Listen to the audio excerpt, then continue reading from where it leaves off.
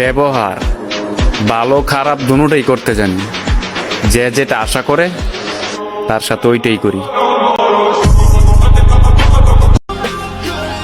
সফলতার রাস্তায় পা দিয়েছি, ছোটখাটো অ্যাক্সিডেন্ট তো হবে। রাস্তা যত কঠিন হোক, সফল আমাকে হতেই হবে।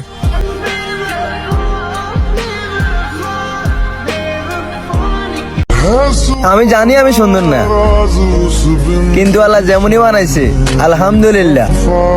वो आए ना ले जाए ना